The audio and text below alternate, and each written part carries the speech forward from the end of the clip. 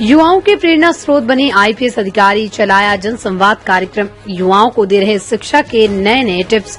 सारण के लाल मांझी प्रखंड के शालिग्राम सिंह के पुत्र मांझी प्रखंड के टेंगरा गांव निवासी एवं शिमला में आईजी के पद पर पदस्थापित जयप्रकाश सिंह अपने पैतृक गांव पहुंचते ही लोगों ने भव्य स्वागत किया। वहीं इनके सरल स्वभाव के कारण लोगों में खासकर युवाओं में इनसे जुड़ने की होड़ लगी है। आईपीएस अधिकारी जयप्रकाश सिंह ने छात्रों से सीधे संवाद स्थापित करने के लिए एक मोबाइल नंबर भी जारी किया है, जिसका नंबर है 9670501000, जिसे युवा शिक्षा से जुड़ी हर बात शेयर कर सकते हैं। सिर्फ रविवार को आईपीएस अधिकारी के जन जागरूकता कार्यक्रम को लेकर कई कयास भी लगाए जा रहे हैं। जिले में चर्चाएं भी होने लगी हैं कि हो न हो इस तरह के काम से भविष्य में राजनीति में आने की बात हो रही है। वहीं हमारे छपरा संवाददाता मनोरंजन पाठक ने जब इस बात की जानकारी और भविष्य में राजनीति में आने की बात पूछी तो आईजी साहब ने सिरे से नकार दिया। लेकिन वहीं मौजूद दर्जनों लोगों ने कहा कि महाराजगंज लोकसभा की जनता की ये मांग है कि आगामी लोकसभा चुनाव में आईपीएस अधिकारी जयप्रकाश सिंह ही आए। इसके वहां की जनता दिल्ली तक पहुंचाने को तैयार है। देखिए क्या कहा लोगों ने। छपरा से वीरेश सिंह के साथ मनोरंजन पाठक की एक रिपोर्ट। हिमाचल प्रदेश में आईजी पद पे पदस्थापित, शिमला में पदस्थापित जयप्रकाश सिंह, जो कि अपने पैतृक गांव छपरा आए हुए हैं, जिनका भव्य स्वागत जगह जगह किया जा रहा है। हालांकि जयप्रकाश सिंह के बारे में आपको बता दूं कि काफी युवाओं के काफी प्रेरणा स्रोत रहे हैं शुरू से ही, और युवाओं के प्रति इनका काफी लगाव भी रहा है। और यहां तक कि युवाओं को लेकर एक जनसंवाद कार्यक्रम का इन्होंने ये कार्यक्रम भी करते रहे। जहां भी जा रहे हैं युवाओं को जागरूक करने का, उनको ज्यादा पढ़ने लिखने, आईएएस आईपीएस बनने की प्रेरणा भी दे रहे हैं।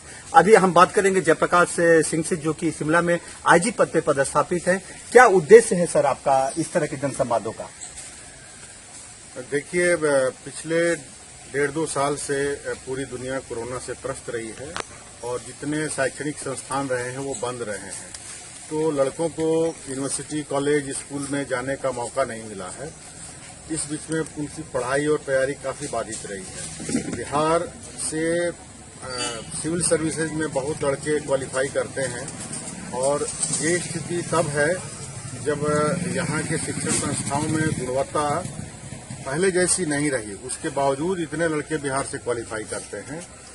मैंने सोचा कि मैं यहाँ अपने पैतृक गांव पे आया हूँ, क्यों ना छात्रों को मैं मोटिवेट करूँ और उनको इस बात से अवगत कराऊँ कि अगर शिक्षण संस्थान बंद भी है, स्कूल बंद भी हैं, तो आप ऑनलाइन मटेरियल के आधार पर, आप यूट्यूब से भी देखकर और ऑनलाइन कोचिंग के आधार पर भी अपनी तैयारी पूरा कर सकते हैं। हम लोगों के समय में ये सारी सुविधाएं नहीं थी। अगर स्कूल बंद है तो छात्र पढ़ नहीं सकता, अगर शिक्षक नहीं आए तो छात्र पढ़ नहीं सकता। तो ये सारी दिक्कतें हम लोगों को फेस करना पड़ा है। मैं समझता हूं कि ये नए जमाने में इन सब तमाम सुविधाओं से छात्रों को मैं अवगत कराऊं।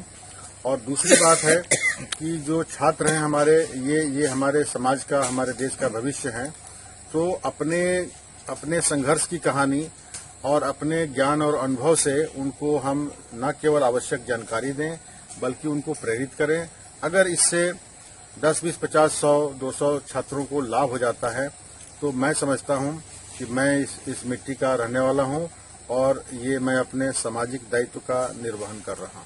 बिल्कुल सर, एक बात भी और सामने भी आ रहा है कि हालांकि लोगों का कयास ये लगाया जा रहा है कि जयप्रकाश बाबू की अगर बात करें तो भविष्य में क्या राजनीति में भी आने की बात आपने सोचा है क्या?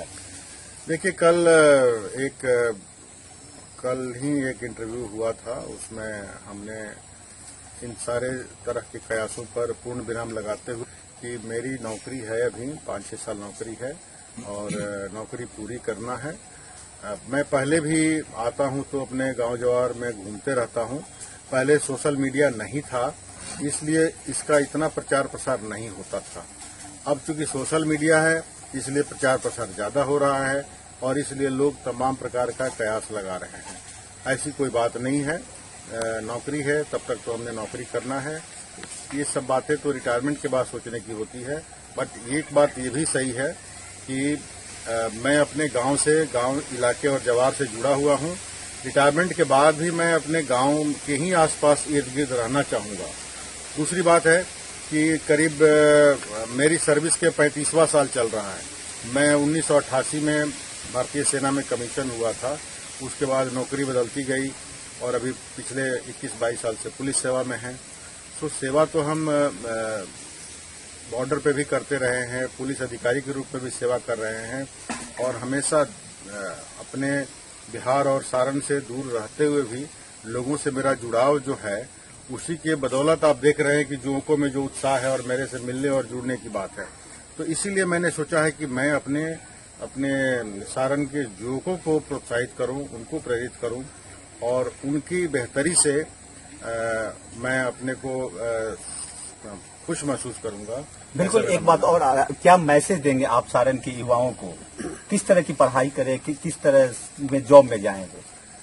देखिए, हमारे समय में बड़ी कम संभावनाओं का बहुत अभाव था। आज इतनी ज्यादा संभावनाएं हैं कि लड़के अपने पैशन के अनुसार, अपने चॉइस के अनुसार अनेक फील्ड चुन सकते हैं, नए नए फील्ड चुन सकते हैं। कोई जरूरी नहीं है कि हर आदमी IAS IPS बनना ही चाहे। नए अवसर हर क्षेत्र में हैं। जरूरत है कि जिस भी क्षेत्र को चुने आप, उस क्षेत्र में आपको अच्छा करना चाहिए। तो मैं युवाओं से ये कहना चाहूंगा कि आप अपने टैलेंट को पहचानो, अपने आप को जानो सबसे पहले, और उसके बाद आपका स्कूल खुला है नहीं खुला है, ऑनलाइन मटेरियल है, कोचिंग है, यूट्यूब है। और अपने सारण के युवाओं के लिए ही मैंने एक नया अपना मोबाइल नंबर शुरू किया है, जिस पर मैं संडे को 2 से 3 घंटा मैं फ्री काउंसलिंग करूंगा। और जिसको भी अपने कॉम्पिटिटिव एग्जामिनेशन से जुड़ी कोई समस्या हो गई, कोई काउंसलिंग चाहिए होगा, कोई सलाह चाहिए होगा, तो मैं देना चाहूंगा। और मैं इसके लिए समझता हूं कि मैं चूंकि यहाँ का हूं मैं, तो यहाँ के कुछ भी युवा लोग IIT IIM करें, सिविल सर्विसेज में आएं और तमाम देश स्तर पर जो प्रतियोगी परीक्षाएं हैं उसमें उत्तीर्ण हों, ये मैं कामना करता हूं। और इसीलिए मैं सोच रहा हूं कि मैं गांव पर हूं ही, तो अगल बगल के गांव में घूमकर यूथ को मोटिवेट करूं। तो ये मैं समझता हूं कि मैं अपने सामाजिक दायित्व का निर्वहन कर रहा हूं। बिल्कुल सही बात। सामाजिक दायित्व को पूरा करने के लिए जयप्रकाश सिंह के द्वारा इस तरह जनसंवाद युवाओं में चलाया जा रहा है, जिसको लेके युवा काफी प्रभावित भी हो रहे हैं। छपरा से बीरे सिंह के साथ मैं मनोरंजन पाठक, RP भारत।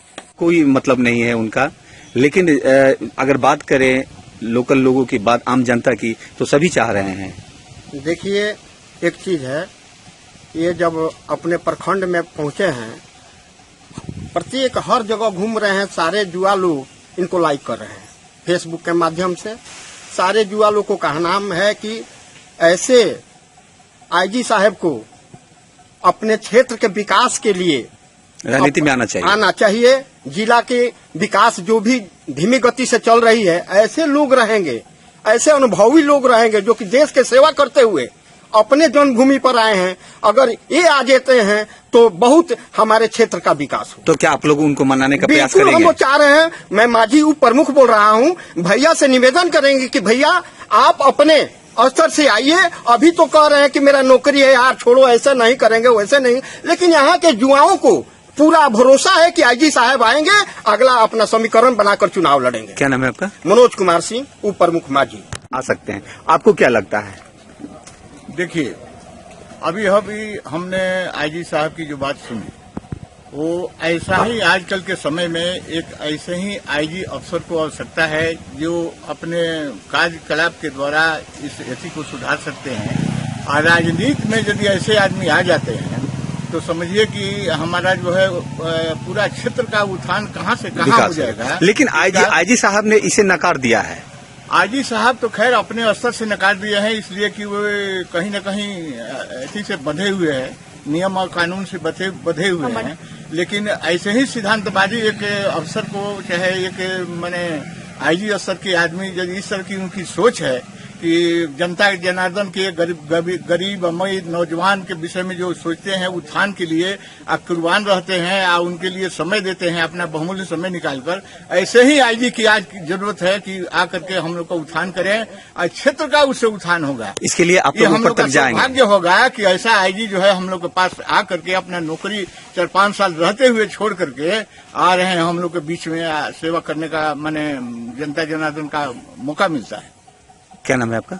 हमारा नाम तो गोविंद देव उपाध्याय है। दमदार निर्माण का भरोसा। लाल स्टील TMT बार्स, हर निर्माण के लिए उपयोग। लाल स्टील TMT बार्स, रिश्ता मजबूती का।